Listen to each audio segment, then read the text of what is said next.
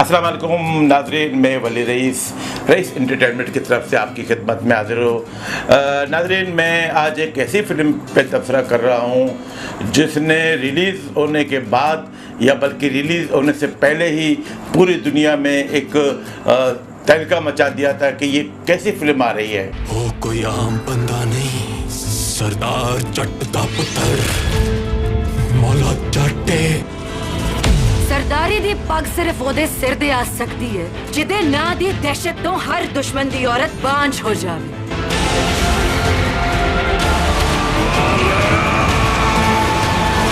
जी हाँ, film legend of Maula Jatt. जी, जब ये फिल्म बिलाल लाशारी ने वार बना के जो एक पाकिस्तान में एक ट्रेंड सेट किया, पाकिस्तान इंडस्ट्री में, पाकिस्तानी फिल्मों में, जैसे इससे पहले खुदा के लिए शोएब मंसूर ने बनाई थी, दूसरी टीम में बिलाल लाशारी ने काम किया था। तो उसने जब ये फिल्म बनाने का ऐलान किया तो बहुत से लोगों ने कहा कि ये बच्चे क्या कर रहे हैं, क्या मौला जट को उन्होंने एक मजाक समझा हुआ है जिसको दोबारा ये रीमेक करेंगे, और क्या ये उस फिल्म को दोबारा जब रीमेक करेंगे तो क्या उस किस्म की फिल्म बना सकेंगे। क्योंकि हमारे पड़ोसी मुल्क ने तजुर्बा किया, शोले को बनाकर इसका बेड़ा गर्क कर दिया। उसमें ना अदाकारों की वो अदाकारी थी, ना वो चीज़ थी। लेकिन जब ये फिल्म बननी शुरू हो गई तो हमें भी तजस्सुस हुआ, और जब इस फिल्म के बार बार रिलीजिंग के डेट आते थे, उनके पोस्टर्स, उनके टीज़र वगैरह, तो हम बड़े उसमें थे कि ये फिल्म आएगी तो हम देखेंगे तो ये क्या करेंगे। क्योंकि हमने भी जहन में कुछ बनाया हुआ था कि जब ये फिल्म आएगी, मौला जट को उन्होंने रीमेक किया उस स्टोरी को, वो एक पाकिस्तानी फिल्म की एक मिसाल है। जैसे अक्सर उस फिल्म के जुमले के नवा सोनिया और मोले नो मोला ना मारे तो मोला नहीं पा सकता, ये वो डायलॉग है जो अक्सर लोग अपने रोज़ाना की गुफ्तगू में भी इस्तेमाल करते हैं। तो सियासी लीडर भी इन डायलॉग्स को इस्तेमाल करते थे। तो सोच ये थी कि क्या बिलाल लाशारी उस मौला जट को दोबारा जब बनाएगा तो उस अंदाज से बनाएगा, क्या उससे बेहतर बनाएगा। तो हम एक सोच लेकर जब ये इस फिल्म का ऐलान हुआ 13 अक्टूबर को, ये फिल्म जब रिलीज़ हुई, उससे पहले कोविड के शिकार हो गया था। उसके बाद फिर उन्होंने जब ईद पे इस फिल्म को रिलीज़ करना चाहा तो उस वक्त भी वो रिलीज़ ना हो सकी। लेकिन जब ये फिल्म जब रिलीज़ हुई 13 अक्टूबर को, हम बहुत से दोस्तों के साथ ये फिल्म देखने गए।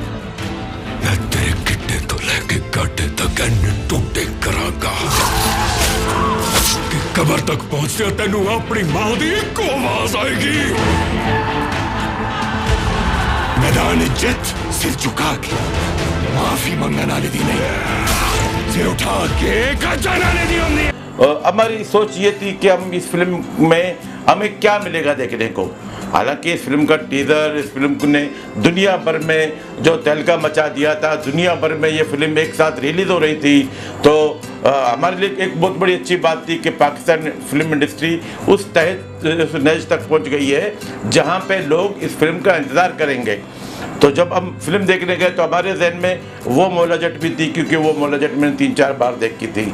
और जब ये मौला जट, तो इस मौला जट के एक एक मंजर ने, एक एक उसकी कैमरा, उसका टेक्निक, उसकी सारी चीज़ों ने मुझे बड़े बड़े वर्ता हैरत में डाल दिया था कि ये उन्होंने क्या फिल्म बनाई।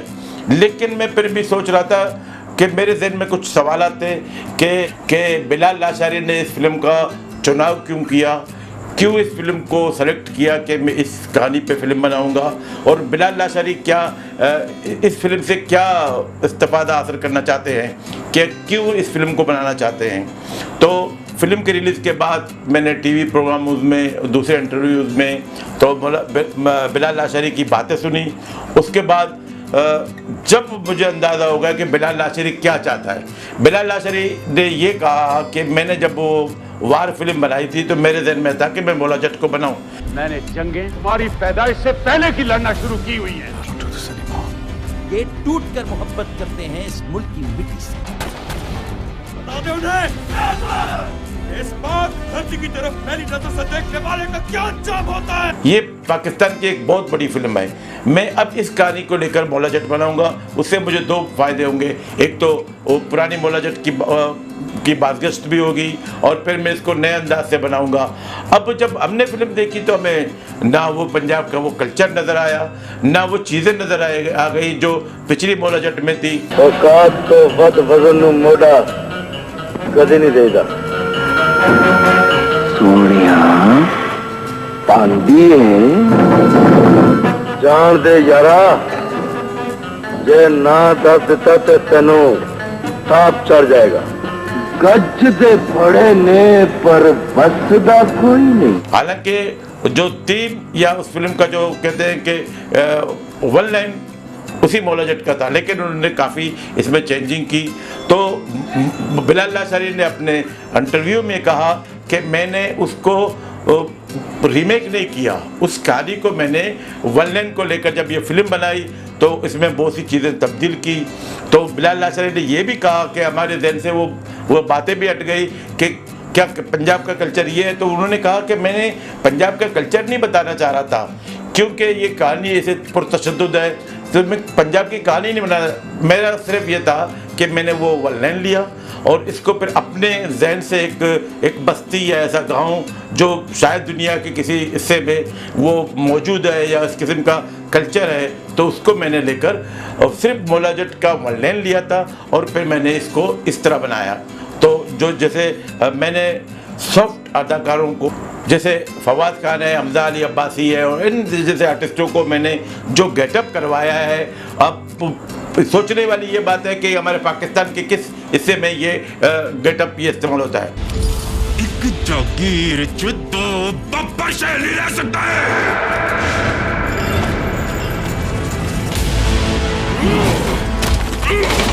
वो कोई आम बंदा नहीं, सरदार जट दा पुत्र मौला जट कहीं नहीं होता। तो मैंने एक सोच के एक फिल्म बनानी थी और मैंने एक फिल्म बनाई और उसमें मैं कामयाब हो गया। उसमें इस फिल्म के विजुअल इफेक्ट्स, उसकी कैमरा, उसकी कहानी, हर चीज़ बेहतरीन है। अभी फिर कल ही मैंने सरवर भट्टी की बातें सुनी। सरवर भट्टी ये कह रहा था कि मेरे मौला जट का बेड़ा गर्क कर दिया।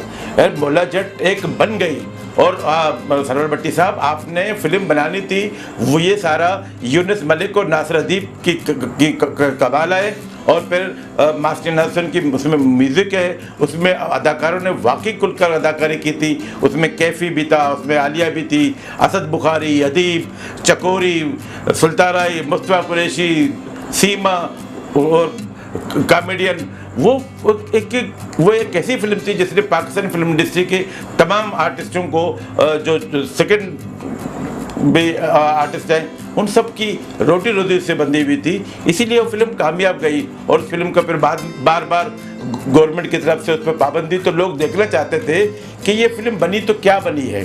तो ये देखने के लिए लोग बार बार इस फिल्म को देखते थे और फिर वो फिल्म जो बन गई वो बन गई मौला जट। अब आप उसको लेकर बार बार रिपीटते हैं कि मैं इस फिल्म को दोबारा रिलीज़ करूँगा, मैं दोबारा।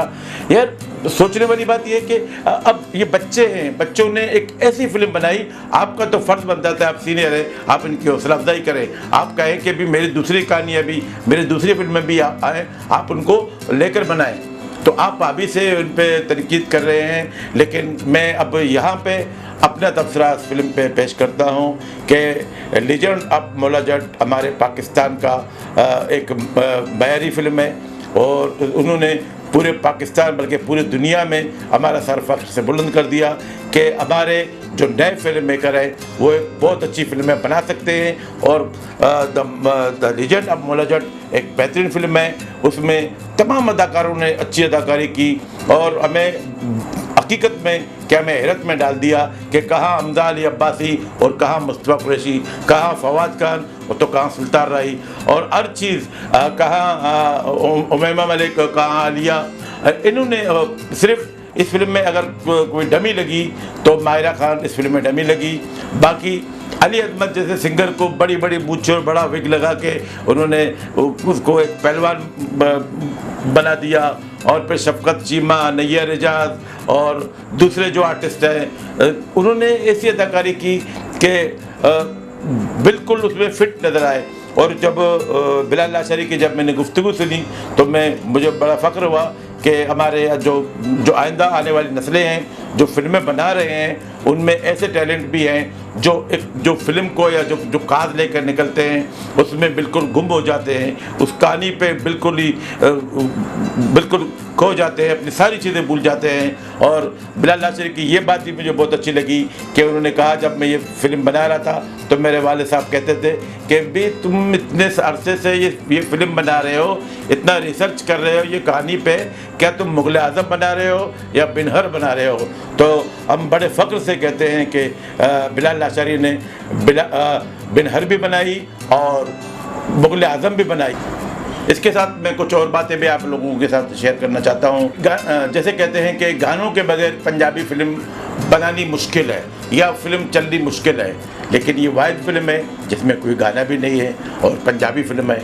और दूसरी बात ये है कि इस फिल्म का जब टीज़र जब रिलीज़ हुआ तो हमारे पड़ोसी मुल्क भारत में भी इस पर बड़ी चहबगुआ हुई कि पाकिस्तान में इस किस्म की भी फिल्में बन सकती हैं।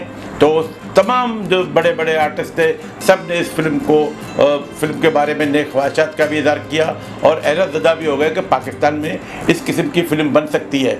और ऋतिक रोशन हुआ, राजकुमार ईरानी, जितने बड़े बड़े आर्टिस्ट थे सब ने इस फिल्म का तबसरे अपने किए। अच्छा, इस फिल्म में जो आर्टिस्ट हैं बहुत से हमारे टीवी नाजरीन के और जो फैमिलीज़ इस फिल्म को उस वजह से भी देखने आ रहे हैं जो फवाद खान और रमज़ानी अब्बासी के परस्तार हैं। वो ये देखना चाह रहे हैं कि हमारे जो हीरोज़ हैं खूबसूरत से उन्होंने ये गेटअप किया तो वो कैसे लगे। तो जब फिल्म ख़त्म हुई तो हमने उनसे पूछा कि आपको ये कैसे लगे। बोला हमें अच्छे तो नहीं लगे, लेकिन उन्होंने जिस तरह किरदार निगारी की, जो अदाकारी की, तो उस अदाकारी और उस किरदार के हवाले से तो हमें ये मंजूर करना पड़ेगा कि ये इन गेटअप में भी बहुत ही अच्छे लगते हैं, बहुत खूबसूरत लगते हैं, हमें प्यारे लगते हैं। और इस फिल्म के जो कामयाबी में का सहरा जो है वो बिलाल लाशारी और उसकी पूरी टीम की नेक नियति और अच्छी फिल्म है। लेकिन इसकी सबसे बड़ी कामयाबी जियो एंटरटेनमेंट और मांडवी वाले एंटरटेनमेंट के इश्तराक से जो इस फिल्म की पब्लिसिटी की गई, इस फिल्म की जो जिस तरह उसको प्रेजेंटेशन है इस फिल्म की वो कमाल की है। उन्होंने पूरी दुनिया को नचा के रख दिया। और ये वाहिद फिल्म है जिनके आने पर मुख्तलिफ अखबारात में, जैसे मैंने अपने शानदार न्यूज़ में और दूसरे अखबारात में, मेट्रो लाइव ने इस फिल्म पे ख़ास शुमारे शाये किए। तो इस फिल्म की कामयाबी है। और आज जिन सिनेमाओं पे वो कहते थे कि उल्लू बोलते थे, जो सिनेमा खाली थे, आज 5-5 शो उस फिल्म के चला रहे हैं। लेकिन एक बड़ी अफसोसनाक बात ये थी कि जब इस फिल्म के जो डिस्ट्रीब्यूटर है उन्होंने कहा कि भी ये फिल्म चूँकि एक बहुत बड़े बजट की है तो उन्होंने कुछ सिनेमा से कहा कि इसके टिकट के रेट बढ़ा दें या हमारे शेयर बढ़ा दें। तो इस बात पे तो कराची के कुछ सिनेमाओं में ये फिल्म रिलीज़ ना हो सकी। कुछ उस वजह से भी इस फिल्म को कुछ माली तो नुकसान हुआ, लेकिन इस फिल्म की जो हाइप है वो अभी तक हाई है और रोज़ाना इस फिल्म की वैल्यू बढ़ रही है, रोज़ाना इस फिल्म की तारीफ़ें पब्लिसिटी से। तो लोग इसको जोक दर जोक देखने जा रहे हैं, वो देखना चाह रहे हैं कि ये फिल्म है क्या, ये लीजेंड ऑफ मौला जट है क्या। और जिन्होंने ये नहीं देखी हम फिर कहते हैं कि ये फिल्म ज़रूर देखें। ये एक ट्रेंड सेटर फिल्म है। और इसके अलावा अभी मैं प्रोग्राम ख़त्म करने से पहले ये बता दूं कि पाकिस्तान फिल्म इंडस्ट्री का एक जैसा लास्ट में लोग ये समझ रहे थे कि इंडस्ट्री ख़त्म हो गई, लेकिन उनकी नज़रें 2 फिल्मों पे थी। एक the legend of Maula Jatt, तो वो फिल्म तो रिलीज़ हो गई और उसने अपने आप को साबित कर दिया कि पाकिस्तान फिल्म इंडस्ट्री में अच्छी फिल्में बन सकती हैं। और एक दूसरी फिल्म जिसका मैं बड़ी बेचैनी से इंतज़ार है वो हिदायतकार शान की ज़रार है। और यकीनन the legend of Maula Jatt के बाद वो वाहिद फिल्म होगी जो पाकिस्तान फिल्म इंडस्ट्री को एक नए रंग में, एक नए अंदाज में और नई चीज़ें नए असलूब से वाकिफ़ करेंगी। और हमारे फिल्म बिन भी इन दोनों फिल्मों को देखकर बड़े फ़ख्र से कहते हैं कि अगर हमने 70-80 में जिस तरह पड़ोसी मुल्क की फ़िल्मों का मुकाबला किया, जैसे 60-70 के दहाई में हमने पड़ोसी मुल्क की फ़िल्मों का मुकाबला किया, तो हम अब भी हमारे पास वो टैलेंट है कि हम अब भी ऐसी अच्छी फिल्म बना सकते हैं। Well done Bilal Lashari, well done Maula Jatt and team, और वेल डन हमारे डिस्ट्रीब्यूटर, वेल डन जियो टीवी, और वेल डन पूरे पाकिस्तानी जिन्होंने इस फिल्म को मौला जट को देखा और फिर देखने की तमन्ना लिए हुए हैं। इसके साथ ही वली रईस को इजाज़त दीजिए। अल्लाह हाफिज़।